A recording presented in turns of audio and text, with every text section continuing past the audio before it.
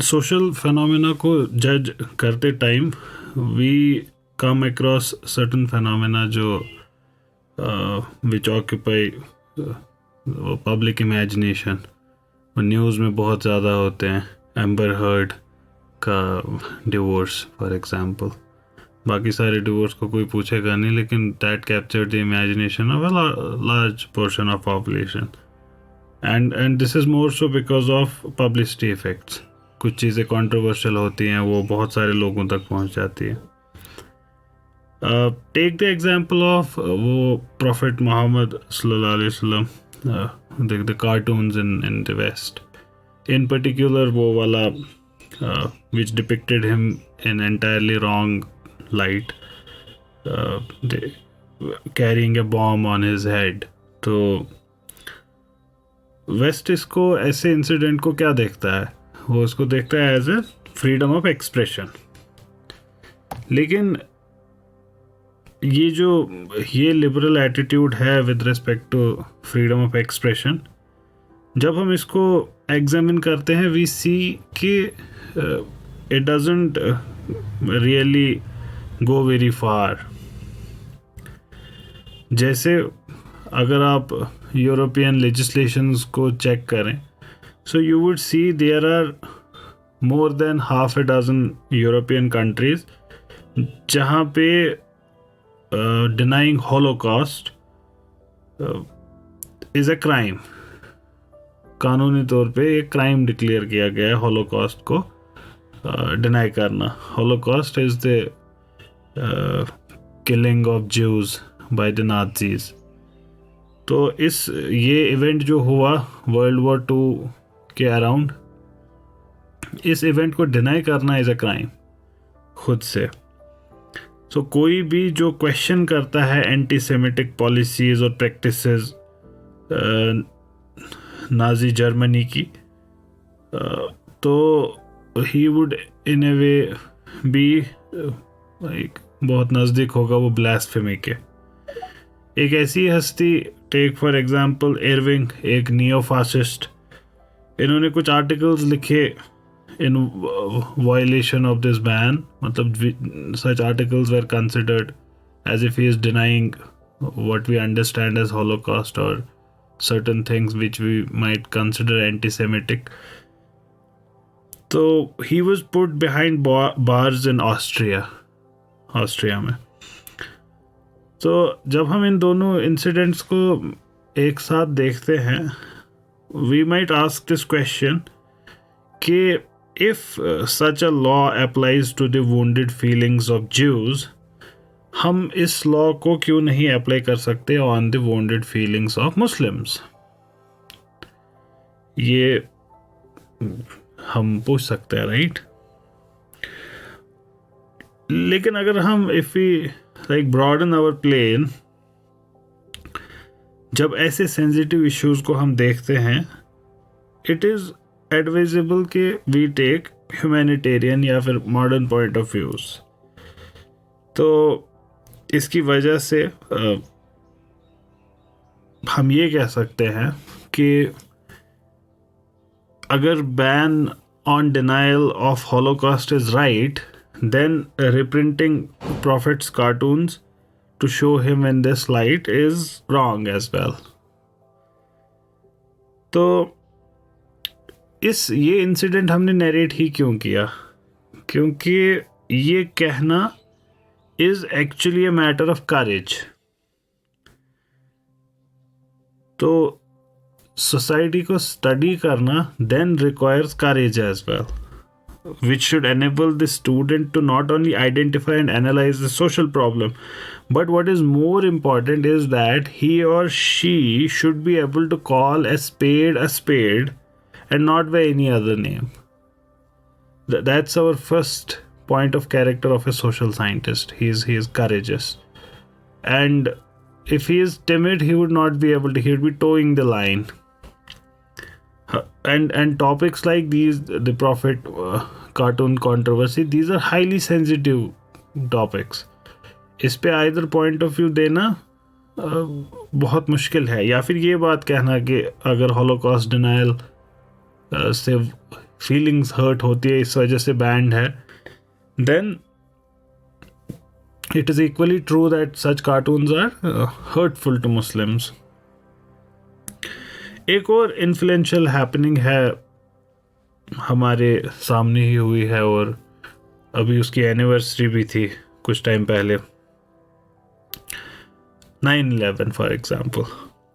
In fact उससे पहले और अभी तक वायलेंस एक इम्पॉर्टेंट टूल बन गया है सोशल चेंज को एनफोर्स करने के लिए, फोर्स करने के लिए. And many people take the course of violence for enforcing a social change. 9/11 ऐसा ही एक इंसिडेंट है in which planes were flown into Twin Towers, World Trade Center, US में हुआ था. While by and large there is no hesitation and there should be no hesitation in condemning such attacks, terrorist attacks जिसमें innocents की death होती है, and इसी line में the other terrorist attacks जो थ्रू आउट वर्ल्ड कहीं पे भी हो, किसी भी कम्युनिटी के साथ हो, तो उसमें कोई हेजिटेशन तो होनी नहीं चाहिए in condemning them. Yet it's an important feature of studying human society that one should gather courage to name the criminal engaged in an act of sabotaging such social security, social solidarity and human peace. यहाँ पे भी करेज की बहुत ज़रूरत पड़ती है. देखिए, it's easy for an American to condemn say for example 9/11 attacks and naming Osama bin Laden etcetera by name. It wouldn't be that easy for an Afghani at that particular point of time to do it. बहुत मुश्किल होगा उसके लिए, वहाँ के social scientist के लिए, if there was a need to condemn. Similarly, Bush को क्रिटिसाइज करना फॉर इराक वॉर यूएस में सोशल साइंटिस्ट के लिए हो सकता है डिफिकल्ट हो. And this naming of criminal engaged is very difficult when the crime is committed by the state itself. तो social scientist के लिए और भी difficult हो जाएगा ये process. जब the criminal is part of state, then criticizing the person is akin to criticizing the state, and criticizing the state is going very near to sedition. In many cases, many countries, they call it sedition clearly. Now, here also you realize the importance of freedom of speech. And you would see in discussions, and you would see it, आपने अभी तक भी देखा होगा और आगे भी आप ये देखेंगे, Muslims by and large take the position of freedom of speech के opposite वाली position. फ्रीडम ऑफ स्पीच को नापसंद करते हैं by and large Muslims in their discussions, while freedom of speech has to be our default position. It is the exceptions that we need to talk about. The default position is freedom of speech. Now here is one more example why it should be so. Because if it were not so, if freedom of speech was not protected, then if the involved personality is part of state apparatus, a social scientist would not be able to do much about it. वो बात ही नहीं कर पाएगा उसके बारे में. And therefore freedom of speech inside academic institutions as well is very important.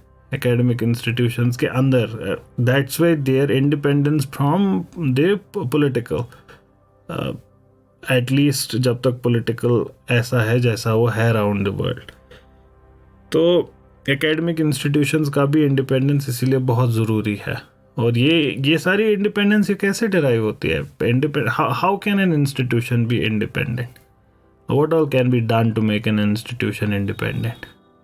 इसके लिए कुछ होता होगा ना. तो इंडिपेंडेंट का क्या मतलब है? वो हवा में लटक रहा है कि ना किसी के साथ जुड़ा है, ना कुछ, ना उसका प्लिंथ है, ना इलेक्ट्रिसिटी बाहर से ले रहा है. कि what does it mean to be independent?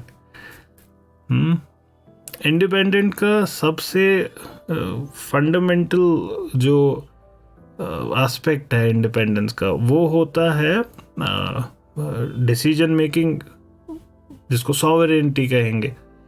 Decision making में आज़ादी. और दूसरा होगा उसका इकोनॉमिक एस्पेक्ट। तो अगर ये चीज़ें किसी के पास हैं तो विल कॉल देम इंडिपेंडेंट। जैसे कहते हैं ना कि वो उनका बेटा वो इंडिपेंडेंट है, उनकी बेटी शी इज़ लिविंग इंडिपेंडेंटली। इसका मतलब क्या हुआ? शी इज़ लिविंग इंडिपेंडेंटली का मतलब क्या हुआ? She is earning of her own and she is taking her decisions herself. That's what you mean by independent. No doubt she would be influenced by others like her father, like her mother, husband, children.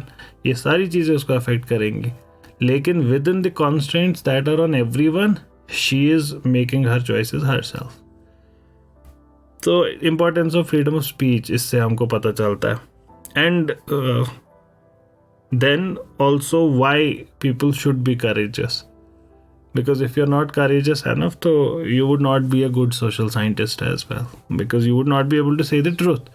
तो आपकी study आपको एक चीज़ बता रही है, but you would not be saying it because of the यही criminal engaged is part of the state. और वो सबसे क्या कहते हैं उसको, सबसे बड़ा गुंडा है मोहल्ले का, तो हम नहीं कह सकते उसके बारे में भी कुछ. It need not always be the state. It can be the other way around. जैसे when militancy is rife in particular areas, तो उनकी human rights violation के खिलाफ बोलना बहुत difficult हो जाता है. It's very difficult to, जैसे state की human rights के खिलाफ बोल देते हैं काफ़ी सारे लोग, because freedom of speech is highly protected. State has to go through a particular process to curb such freedom of speech. Now in an area जहाँ पे militancy is at its peak and they are also indulging in human rights violation, वहाँ पे बहुत मुश्किल है, क्योंकि rule of law is almost none, और उनकी ह्यूमन राइट वायलेशन को पॉइंट आउट करना बहुत मुश्किल हो जाता है. So courage is one thing we have been emphasizing के character of a social scientist is he's very courageous. Even then we would come across many difficult questions जिनका answer उतना easy नहीं होगा even if you are courageous. जैसे for example take the purely modernist perspective. From a purely modernist perspective हम देख रहे हैं ना कि बहुत सारे intellectuals हैं, high A class intellectuals who believe in certain religious practices which are highly irrational from a purely modernistic and rationalist perspective. वो ऐसी हरकतें करते हैं जो हमको लगेंगी जो मजहबी लोग जो करते हैं. So we would think they are yet not able to do away with, say for example, superstitions. Take another example, democracy. Democracy we believe is a good thing, but has it turned out to be a good thing in Iraq, in Afghanistan? It has not been able to bring stability to these areas, right? And then the way it was exported to these countries, not many have successfully exposed the American designs behind occupation of Iraq. And this even after we know now that there were no weapons of mass destruction in Iraq. Yet US was able to go ahead with it, right? The Iraq war, hue and cry ke bawajood. When lies and myths make up such global misadventures without heeding to all the global protesters जो हुए थे इसके खिलाफ, knowledge ऐसी situations में it just becomes a media driven propaganda. We all live in such era right now, जिसमें media driven propaganda is leading to loss of lives throughout the world. और इसकी भी अम्टीन मिसालें दी जा सकती हैं. Now here comes another aspect of the character of a social scientist. He is fond of and he indulges in debates and dialogues, because debate and dialogue is what stops knowledge to fall down to the level of propaganda. जब propaganda faces critical evaluation, debate, dialogue, it falls down. वो गिर जाता है, खत्म हो जाता है. लेकिन जब आप आवाज़ को रोक देंगे, एक साइड की आवाज़ को रोक देंगे, what remains is pure propaganda. Otherwise marketplace पे all ideas can be presented. Let the best idea win. But when some ideas are not allowed to be present, तो ये मसले पैदा हो जाते हैं. So then we reach another aspect of the character of social scientist. What is that? That he is open to dialogue, he is open to criticism, he is open to debate, he indulges in it. And he is not one of those who believes in imposition of what the dominant group says.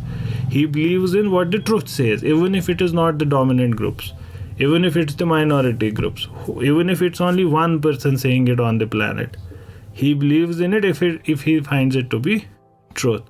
And all of these ideas they bring to the table, they debate them out and let the best idea win. So this is a very important aspect, this knowledge versus propaganda wala aspect. What does it mean to study a society? Studying a society means knowing it the way it is. यही हुआ ना study करना किसी चीज़ को. I am studying an apple. So what does that mean? That means I want to know what an apple is. ये है क्या असलियत में? So when we study an apple we create knowledge in the process कि इसका colour ये है, इसका टेस्ट ऐसा है, all of these things. Similarly, when you study a society, you are creating knowledge about it. And this knowledge would be knowledge proper only if it's correct. What does that mean? That means the way it's in your mind, the actual apple is like that. Then it is correct knowledge of apple. आपके mind में ये से cuboidal है, लेकिन जो असली दुनिया में एप्पल है वो स्फेरिकल शेप रखता है. So we would say your knowledge is incorrect, right? So correct knowledge is the knowledge we are talking about. And the important aspect, one of the important aspects of correct knowing of a society, it would require answers to a few questions before judging whether the knowledge is correct. That is, what to know, what is true knowledge, and what are its ingredients. ये एक aspect है which is again often missed in the discussions. हम क्या कह रहे हैं? Let's go back to the example which we gave in the previous session. The details anthropologists gave us about certain tribes. Now, when they were describing tribes, they would tell us what kind of clothes they would wear, their colors, their food habits, etc. That's it. But there is more to tribes than that, right? So, what is knowledge in this case? क्या हमको tribes के बारे में उनकी or why do they do what they do? What's their worldview? What are the issues that they face in their lives? How do they manage such issues? How do they deal with them? All of this is missed. But one may argue that a correct description of a tribe is what the anthropologist has given. Or someone else would argue that they are chasing butterflies. This is not correct understanding of a tribe. That when you want to describe a tribe, you want to describe it in this manner. So what does this discussion tell us? This tells us what to know is a first metaphysical question which we have to address. If we have to define society, if we have to analyze society, what would the analysis include? इसमें क्या क्या आएगा, हमको क्या क्या cover करना, हमको ये कवर करना है कि वो कपड़े कैसे पहनते हैं या ये ज़रूरी नहीं है.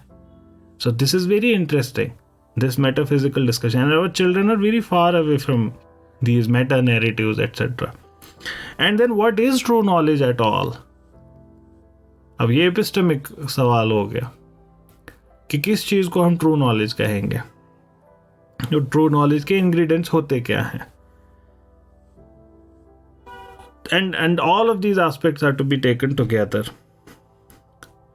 तो सोसाइटी को स्टडी करना, जब इन चीज़ों को मद्देनज़र रखेंगे, it would hopefully contribute to a healthy generation and growth of knowledge, the kind of knowledge which we want. और इस प्रोसेस में students they would become creative and responsible. Creative and responsible then becomes another character of a social scientist. Now this responsibility will come back to in a few minutes, inshallah.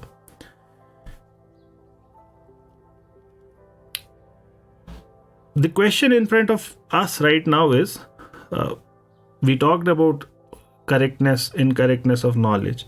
How is this true knowledge after all learned and created?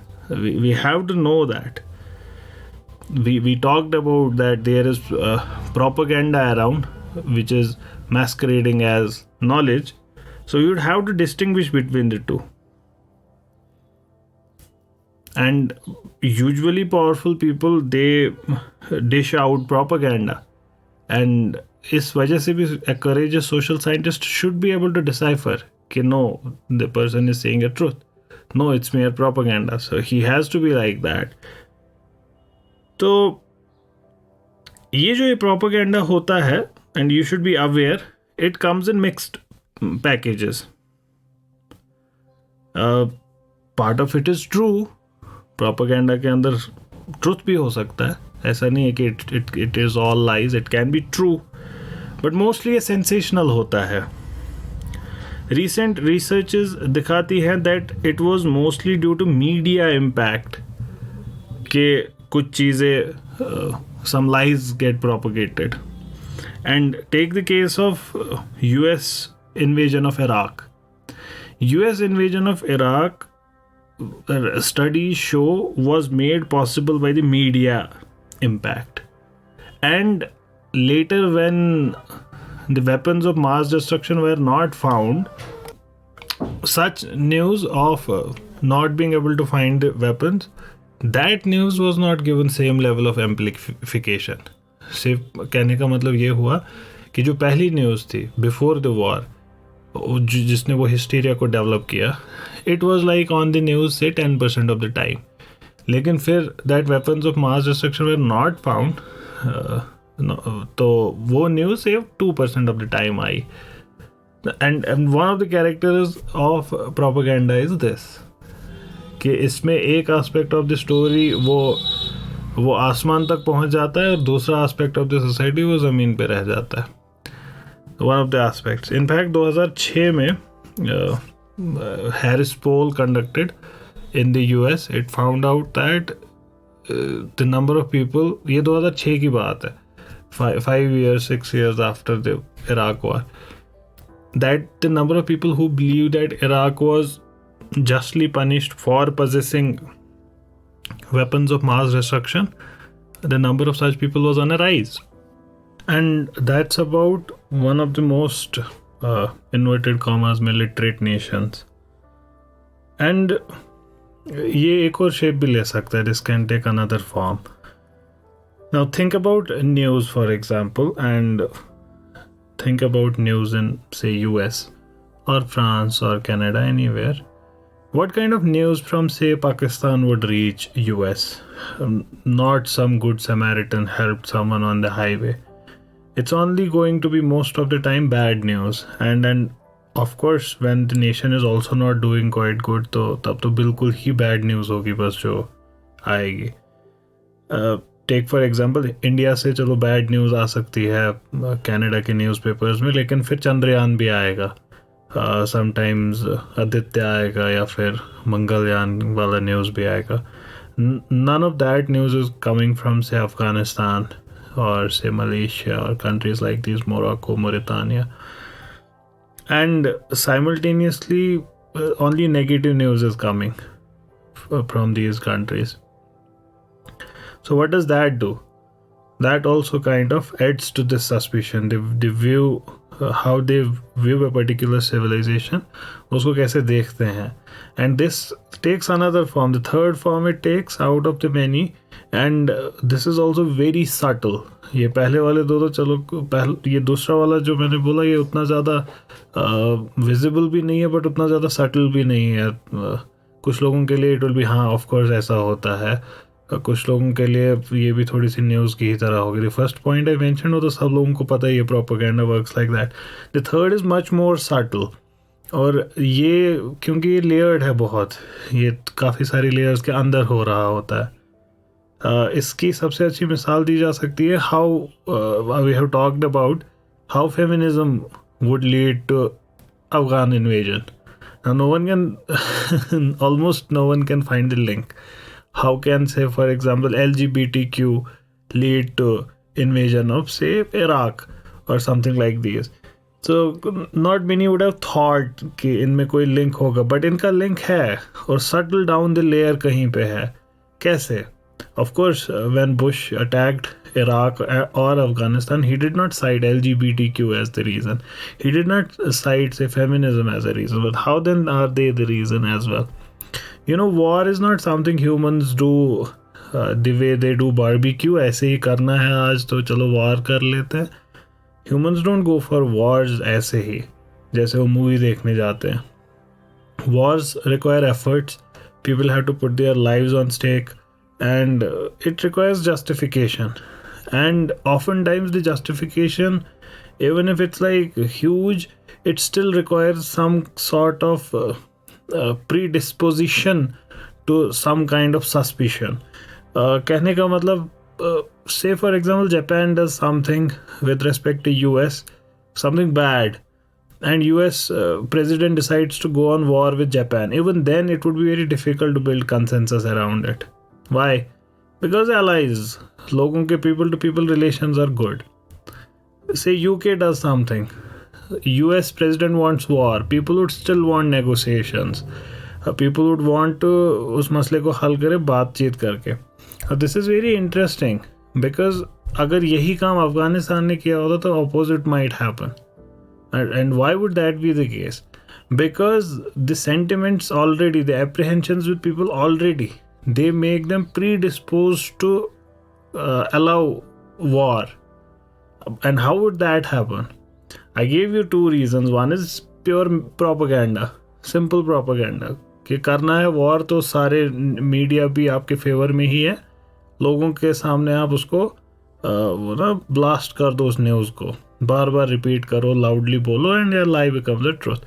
Second, I told you कि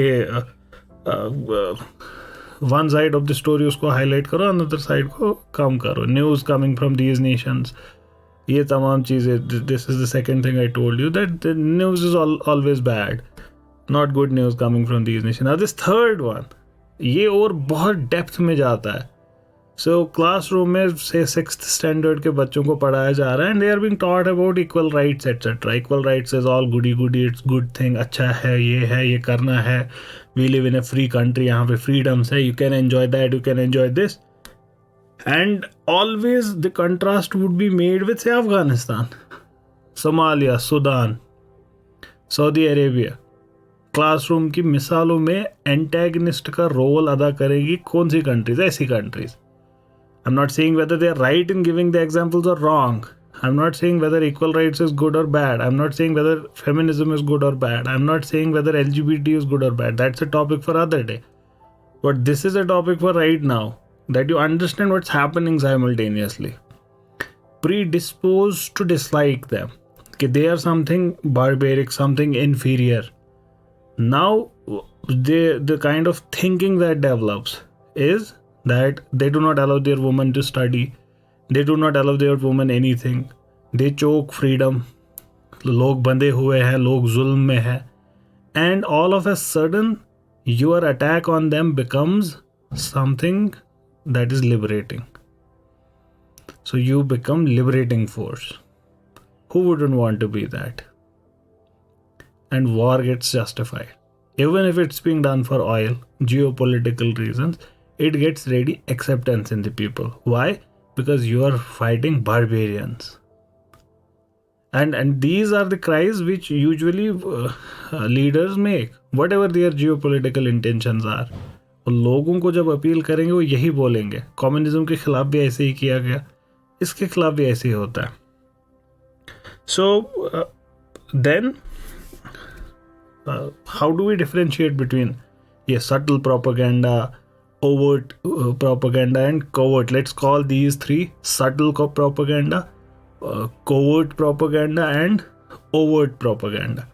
Overt propaganda is clearly the way Nazis did it. जो पहला example हमने लिया था, you only tell them one side of the story. The second you hide completely. That's overt. That's like clearly हम तो बताएंगे ही नहीं वो.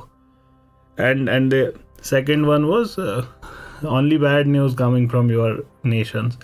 The good news, because it doesn't matter the good news. और आपके nations भी they are doing bad.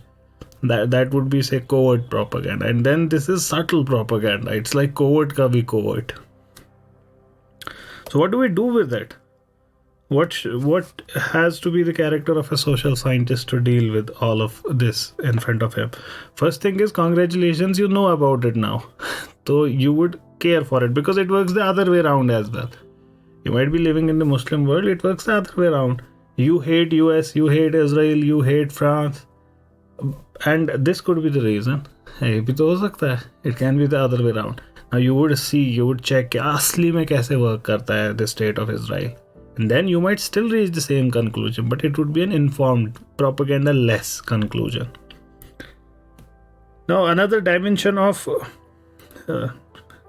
knowledge seeking, it would consist in recognizing कि कोई भी phenomena जो होता है, ये many-sided होता है. We have already emphasized this in our previous sessions. कि कोई भी simple occurrence आपको लगती है simple है, वो ज़रूरी नहीं कि वो simple है. And this can be again explained by few examples from our. पहले तो एक analogy से इसको समझते हैं. Say for example, you see snow melting, but it's not just snow melting. There are a lot of things happening, entropy, etc. happening. Thermodynamics के laws are simultaneously happening. And what else is happening? Snow is moving as well. You would only see snow melting, but it's also moving. Oh, water is getting created. The amount of water is increasing. The level of water is increasing. ये भी हो रहा है simultaneously. और क्या हो रहा है? Salinity is changing. Salinity would change because snow melting is fresh water being added. And then salinity is changing. That means texture of oceans is changing. Texture of oceans is changing का मतलब क्या हुआ? Ocean currents, global conveyor belt, ocean temperature etc. is changing. Snow का पानी ठंडा होगा. Global warming पे इसका इम्पैक्ट. ऐसे ऐड करते जाए, इसके कितने सारे इम्पैक्ट्स होंगे. Sea level is increasing. So you can see that all of these things. तो सोशल फिनोमेना भी ऐसे ही, they are many sided and we often end up accepting one side. whenever we decide, whenever we judge, whenever we act, we usually take the one particular side. Balanced study would at least recognize that there are other sides to it. There are many sides to it.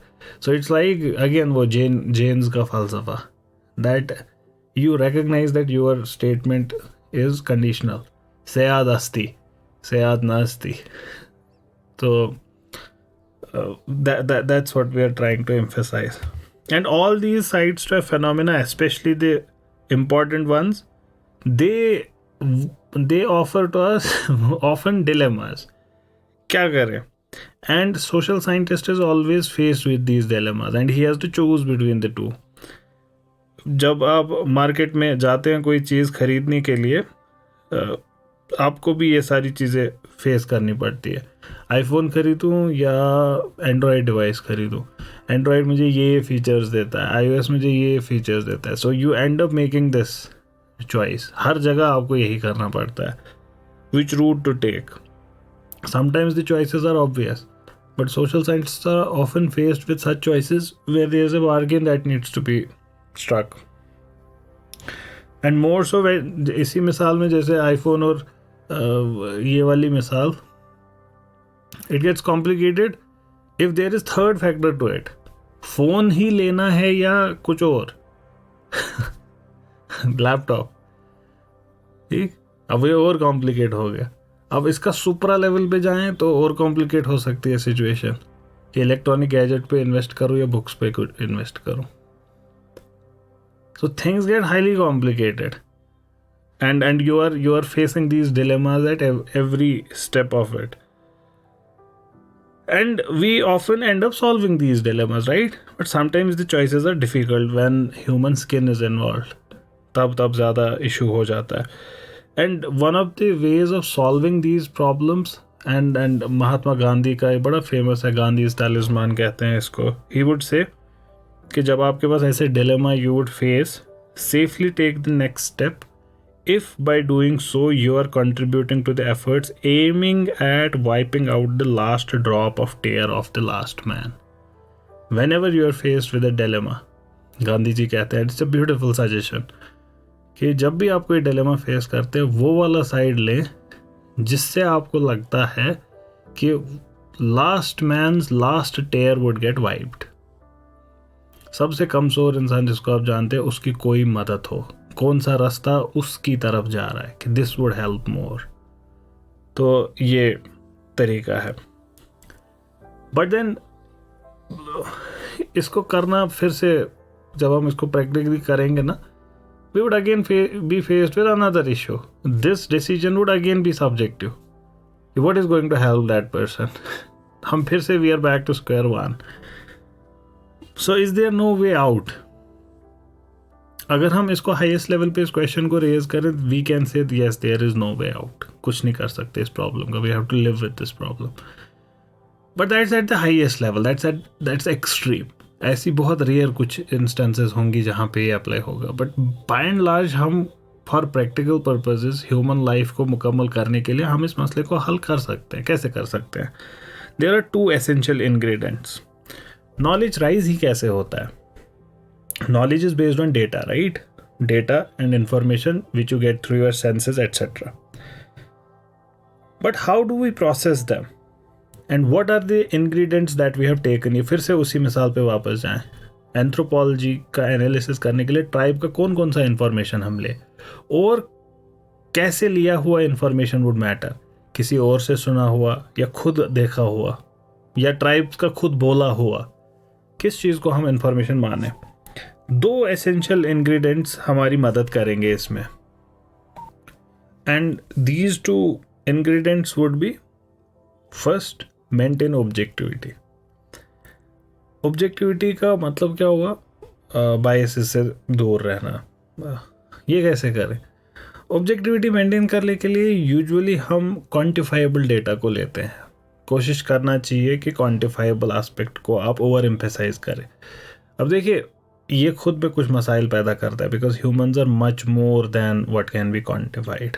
ये खुद मसले कुछ पैदा करता है। Human के subjective experience को ये रिमूव कर देता है, which is an important aspect of living. लेकिन इसके फ़ायदे हैं, क्योंकि वो सब्जेक्टिव पे बहस हो सकती है हमेशा, ऑब्जेक्टिव पे बहस नहीं हो सकती। ऑब्जेक्टिव पे बहस नहीं होगी बाय एंड लार्ज, उस पर एग्रीमेंट हो जाएगा जल्दी। 1 है या 2 है, ये इजीली वेरीफाइबल है। अच्छा है या बुरा है, ये वेरीफाइबल बड़ा डिफिकल्ट है, इस पे डिसएग्रीमेंट हो सकता है। तो use quantifiable, mathematically quantifiable data, ये ज़्यादा बेहतर है। ये ऑब्जेक्टिव डिसीजंस लेने में मदद करता है। पूरा वेस्ट का फलसफा इस एक लाइन पे खड़ा है। पूरा वेस्ट का फलसफा कि हम ये काम करेंगे, हम बस ऑब्जेक्टिव क्राइटेरिया को लेंगे, and that's what develops the school of positivism, and that's where your sciences come from. इसीलिए अब सोशल स्टडीज़ दिया, सोशल साइंसेस बन गया। अब ये साइंसेस है, because they take in empirical data and objectively definable data वो लेते हैं, और ये जितना डेटा ड्रिवन होगा उतना बेहतर। अब हमने देखा कि डेटा में भी फिर सटल्टीज आएंगी, क्या डेटा ले क्या नहीं ले, उसमें आ जाएंगी सब्जेक्टिविटीज़, बट वी अंडरस्टैंड इट कि जिस हद तक हो सकता है मेंटेन ऑब्जेक्टिविटी। अब जो ये दूसरा मसला हमारे पास आया कि ऑब्जेक्टिविटी मेंटेन करने में भी बायस आ सकता है, इसका क्या करें? आप इसको मिनिमाइज किया जा सकता है। वो कैसे करेंगे? By following rule 2, uniformity. Maintain uniformity. The measure with which you measure one thing, measure all things by that measure. ऐसा नहीं है कि आपका जो वेइंग मशीन है ये अगर से मुस्लिम के लिए तोलेगा तो एक्स्ट्रा 10 ग्राम डालेगा, हिंदू के लिए तोलेगा तो लेस 10 ग्राम डालेगा, ऐसा नहीं होना चाहिए। If it is putting 10 gram extra for Muslim, let it put 10 gram extra for Hindus. Least count error जो होता है ना, जो फिजिक्स में आप पढ़ते होंगे यूनिट्स एंड मेजरमेंट में, जैसे उसको सॉल्व किया जाता है ना, वैसे ही यहाँ पे भी सॉल्व करना है। कहने का मतलब ये कि the error that would have crept in because of your bias, उस एरर को मिनिमाइज करेंगे हम by distributing it across the spectrum. हमने बेनिफिट ऑफ डाउट दिया से अफगानिस्तानीज को on something, let's give that benefit of doubt to the Chinese as well on that thing, क्योंकि ये benefit of doubt could have come from your bias because you love Afghanis, so give this benefit of doubt to Chinese as well.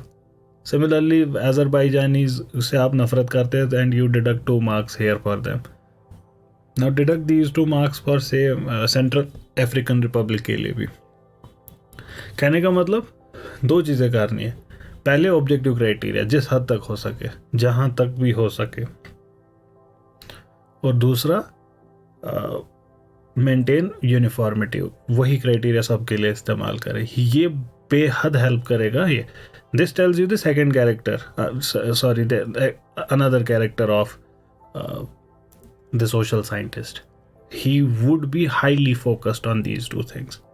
वो अपने biases को minimise करने की कोशिश करेगा. लेकिन आप एक चीज इसमें नोटिस कर रहे होंगे कि these ingredients are ideal than real. It would turn social scientist into a machine who works like binary. 0 then no, 1 then yes. वो गेट्स की तरह वर्क करेगा.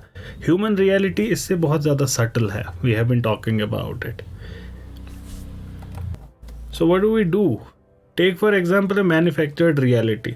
You visit a place which is under army occupation. Military का occupation है यहाँ पे. And you are part of a delegation that has been sent here. या आपका PhD thesis इसी रीजन पे है and you go there to study. Army has made all the plans to make it appear great. North Korea का example ले सकते हैं. Go into north Korea, उन्होंने पूरा प्लान बना के रखा है. Everything is manufactured. So all the data you pick up on the ground shows that everything is hunky-dory, people are happy, everything is fine. But you see that this is not how humans live. दया कुछ तो गड़बड़ है, दाल में कुछ काला है. ये जो आपका सब्जेक्टिव एक्सपीरियंस होगा, इसकी जगह क्या कुछ है ही नहीं. तब अगर ऐसा होगा ना इंसानों के साथ, we would be giving bad judgments always. अगर ये ह्यूमन एस्पेक्ट हम देखें ही ना. Take for example a murder committed by a pregnant woman. सजाए मौत दे दे इसको, we would be killing the child as well. तो हमको उस वक्त डिले करनी पड़ेगी सजाए मौत. We might even have to kind of उसको चेंज करना पड़ेगा into say उम्र कैद और something else. बिकॉज ये जो ये ह्यूमन एलिमेंट आ जाता है ना हर एक इवेंट में, इसकी खुद की बड़ी इंपॉर्टेंस और सिग्निफिकेंस है. लेकिन हमने देखा मसला भी यही है. Another conundrum we are facing now as social scientists. क्या करें? The only way out it seems then at this point would be in the stated honesty of the student itself, कि वो खुद से वादा कर ले कि मैं ऑनेस्ट रहूंगा, मैं सच के सिवा कुछ नहीं कहूंगा. And this would help prepare a level playing field for all the players in the world.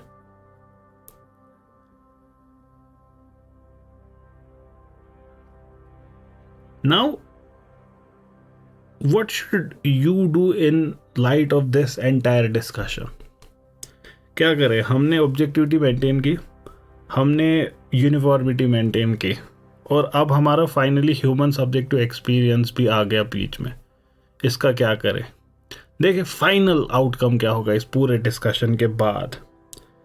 Real world is ridden with inequalities, hierarchies and all issues, political issues, competition, अपने अपने interests, all of these things are there.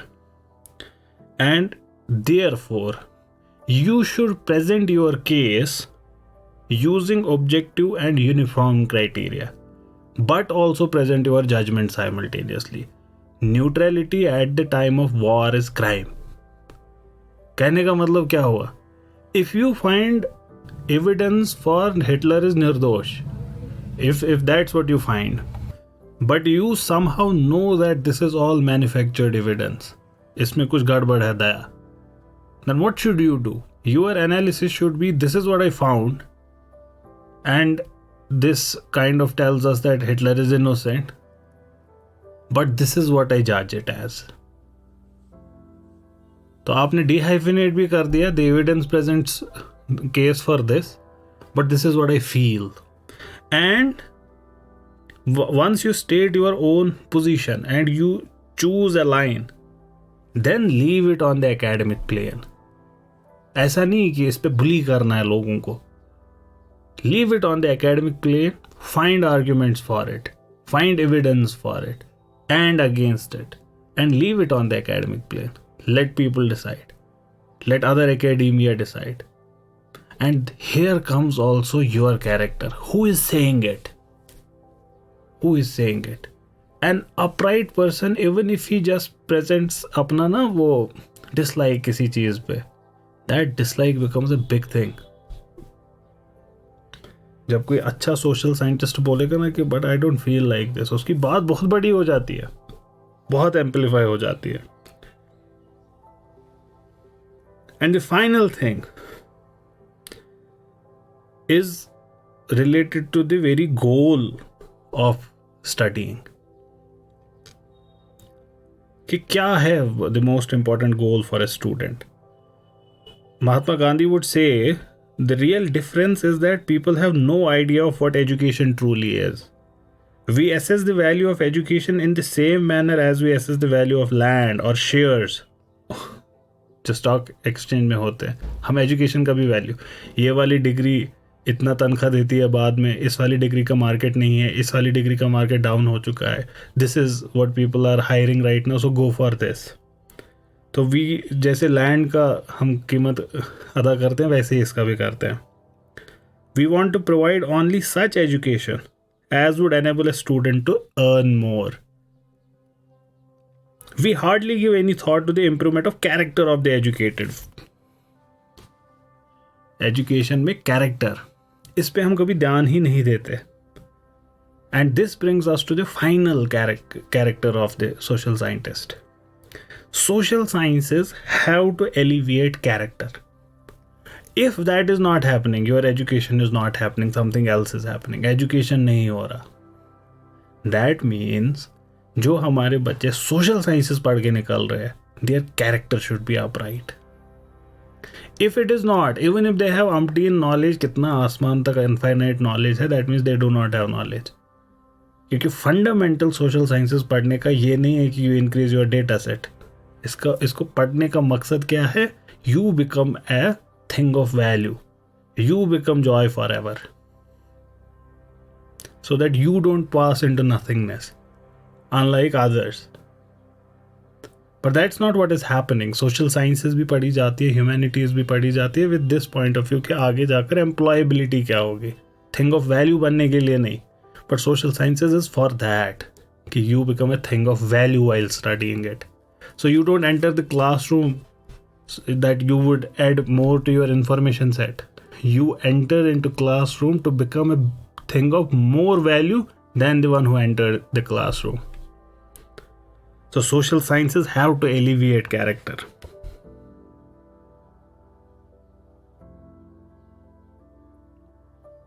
Social scientist, he is concerned with justice. पूरा time जब वो class में होता है, जब वो सुन रहा है, his concern is justice. His concern is not the information that is being peddled. He is there to become just so that he can live a just life, so that he is able to do justice with people. In fact social sciences को हम historically umbrella term अदब के under डालते थे. जैसे अभी भी हम कहते हैं ना उर्दू अदब, ये अदब वो अदब साइंसेस के लिए यूज होता था जनरली. अभी तो लिटरेचर के लिए यूज होता है उर्दू अदब. But what is literature? What is literature से उर्दू अदब ये वर्ड हमने इस्तेमाल किया. उर्दू और उर्दू अदब में ऐड क्या हुआ? बीच में अदब ऐड हुआ. सो विदाउट अदब it is Urdu. Add adab to it, it becomes urdu adab. It becomes literature, a thing of beauty, joy forever. It would never pass into nothingness. देखो उर्दू तो आप भी बोलते हैं, मैं भी बोलता हूँ, हम भी बोल रहे हैं, but this would not remain. खत्म हो जाएगी बात. लेकिन गालिब ने भी उर्दू बोली, वो अभी भी है. So what did he add to it? He added adab to it.